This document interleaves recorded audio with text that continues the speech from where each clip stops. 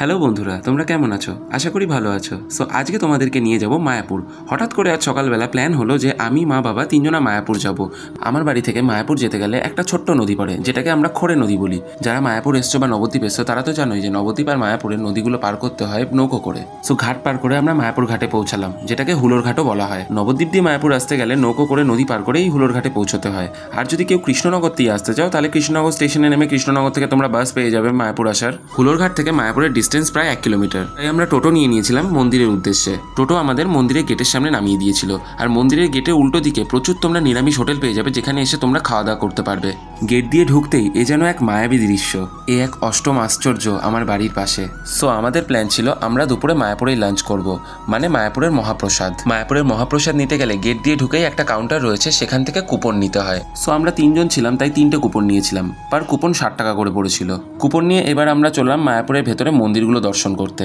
কথায় আছে না, বাড়ির গরু বাড়ির ঘাস খায় না, সেরকমই আমাদেরও মায়াপুরে আসা হয় না। গেট দিয়ে ঢুকেই ডান দিকে পরপর লাইন দিয়ে অনেক দোকান রয়েছে, যেখানে তোমরা জামা কাপড় খেলনা বহু কিছু পেয়ে যাবে। এবার আমরা চললাম আরও ভেতরের দিকে। মায়াপুরটা অনেক বড়, মানে হেঁটে ঘুরতে গেলে পা ব্যথা হয়ে যাবে। আর কি সুন্দর ফুলের বাগান দেখো। ও হ্যাঁ, আরেকটা কথা বলা বাকি ছিল, এখানে একটা থিয়েটার রয়েছে যেখানে তোমরা অ্যানিমেট করা ভগবানের 3D শো দেখতে পাবে। এটাই ইগলুর মতো সেই থিয়েটারটা।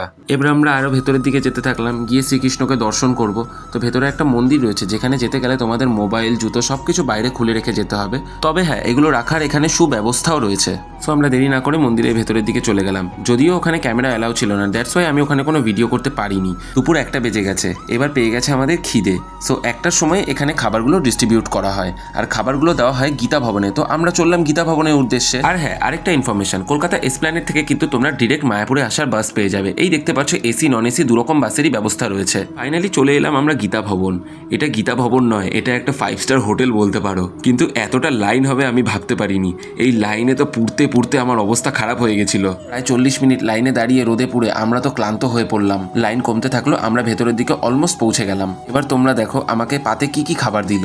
এটাই কিন্তু মায়াপুরের সেই মহাপ্রসাদ, যেটা আমরা কুপন কাটলাম। আর বাইরের লোকজন বহু মানুষ আছে যারা এই খাবারটার জন্যই মায়াপুর আসে। খাবারের কোয়ালিটি বেশ ভালোই ছিল, কিন্তু খাবার সময়টা খুবই অল্প ছিল। তাই জন্যে ফটাফট খাবার দাবার কমপ্লিট করে আমরা বেরিয়ে পড়লাম। বেরিয়ে দেখো এখানে ডাস্টবিন, এখানে হাত ধোয়ার ব্যবস্থা এত সুন্দর রয়েছে, মানে খুব সুন্দর লাগে মায়াপুরের এইসব সিস্টেমগুলো দেখলে। খাওয়া দাওয়া তো কমপ্লিট, পেট ভার হয়ে গেছে। এবার আমাদের একটু রেস্ট নিতে হবে, তাই টোটো করে মায়াপুরের একটা পার্ক রয়েছে সেই দিকে আমরা রওনা দিলাম। এই পার্কের এখানে এসে দেখি এটা তো পার্ক নয়, এটা একটা প্রেম করার জায়গা। আমি ঠিক পার্কে একটা বেঞ্চ খুঁজে একদম হ্যাভে রিল্যাক্স হয়ে শুয়ে পড়লাম। মানে এত সোয়াগ নিয়ে কে ঘুমায় ভাই। রেস্ট নেওয়া হয়ে গেছে, এবার তোমাদের একটু ঘুরে পার্কটা দেখাই। মানে এত সুন্দর লাগবে না, এই জায়গা থেকে যেতে ইচ্ছা করবে না, মনে হবে যেন ঘন্টার পর ঘন্টা এখানে কাটিয়ে যাই। যদিও আমরা খুব টায়ার্ড ছিলাম, এত রোদে সারাদিন ঘুরেছি, এবার বাড়ি যেতেই ইচ্ছে করছিল। ও হ্যাঁ, পার্কের এখানে একটা ফোয়ারাও রয়েছে, বেশ সুন্দর লাগবে ফোয়ারাটা। এই ফোয়ারার নিচে আবার মাছও থাকে। ফোয়ারা ভিজিট করা হয়ে গেছে, এইবার আমরা বাইরের দিকে যাওয়ার পথে প্রভুপাদ সমাধি মন্দিরটা তোমাদের একটু দেখাবো। এই সমাধি মন্দিরের পাশে একটা জলাশয় রয়েছে, যেখানে আরও একটা বড় ফোয়ারা রয়েছে। এটা দেখতে জাস্ট অসাধারণ লাগে। পুরো মায়াপুর শর্টে ভিজিট করা আমাদের কমপ্লিট। এইবার আমরা বাড়ির পথে যাব। সো টোটো করে আবার আমরা পৌঁছে গেলাম ঘাটে। ঘাট পার করতে করতে এই ব্লগটা শেষ করছি। দেখা হচ্ছে নেক্সট ভিডিওতে। লাইক কমেন্ট করে জানাবে ভিডিওটা কেমন লাগলো, আর অবভিয়াসলি চ্যানেলটা সাবস্ক্রাইব করবে এরকম নতুন নতুন ভিডিও পেতে। खत्म। बाय बाय, टाटा, गुड बाय।